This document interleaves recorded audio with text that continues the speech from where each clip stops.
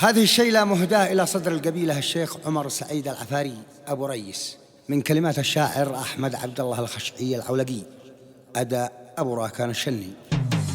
البارحة هاضت إحساسي وقلنا وقف الفكر سافر بحرف بالمطار المطار يا راسل شي يهمك في زمان العقب لابد ما تصلح الدنيا والوقت جاب في خاطري كلمة بقولها من محب وارفع بها الراس دايم واعلن الافتخار انصب بها الكاف والمقدام وقت الطلب وانا بذكره يزيد قيمتي اعتبر. البارحة هاضت احساسي وقلنا وقف الفكر سافر بحرف من مطار المطار يا راسل شي يهمك في زمان العقب لابد ما تصلح الدنيا والوقت جاب في خاطري كلمة بقولها من محب وارفع بها الراس دايم واعلن الافتخار انصب بها الكاف والمقدام وقت الطلب وانا بذكره يزيد القيمة اعتبر.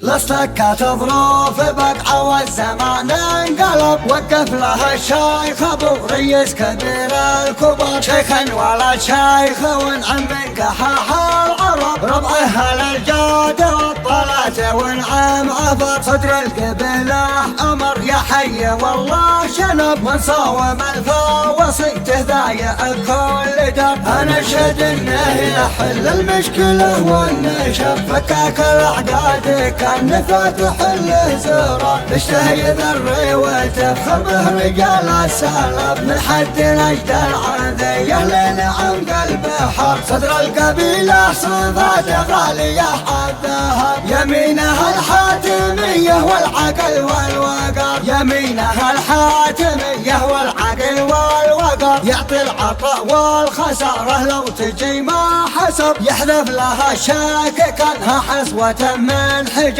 الجزل يهدي جزل كبير عقله وقلب كبير دايم ولا يعطي عطايا صغر واللي يتي من وفاء قد أبله صار أب والمحزم اللي ولا يوم في الوقت بر ما هي غريبة وهو من قوم خيرة نسب هذا العفاري يحل المشكلة باختصار والعم بهم ما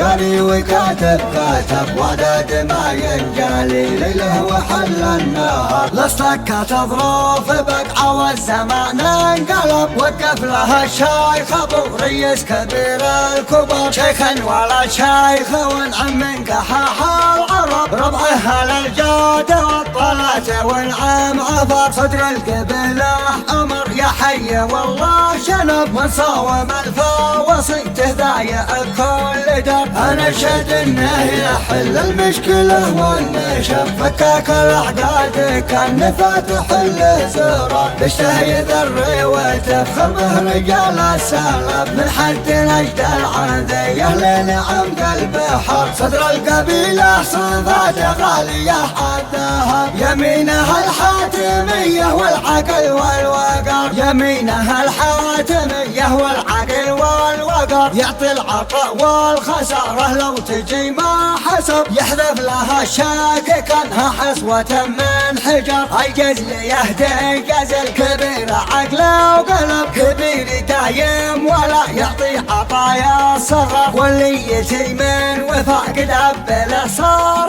أب والمحزم اللي ولا يوم في الوقت بر ما هي غريبة وهو من قوم خيرة نسب هذا العفاري يحل المشكلة باختصار والعم بهم ما قاري وكاتب كاتب وعدد ما ينجلي ليله وحل النهار.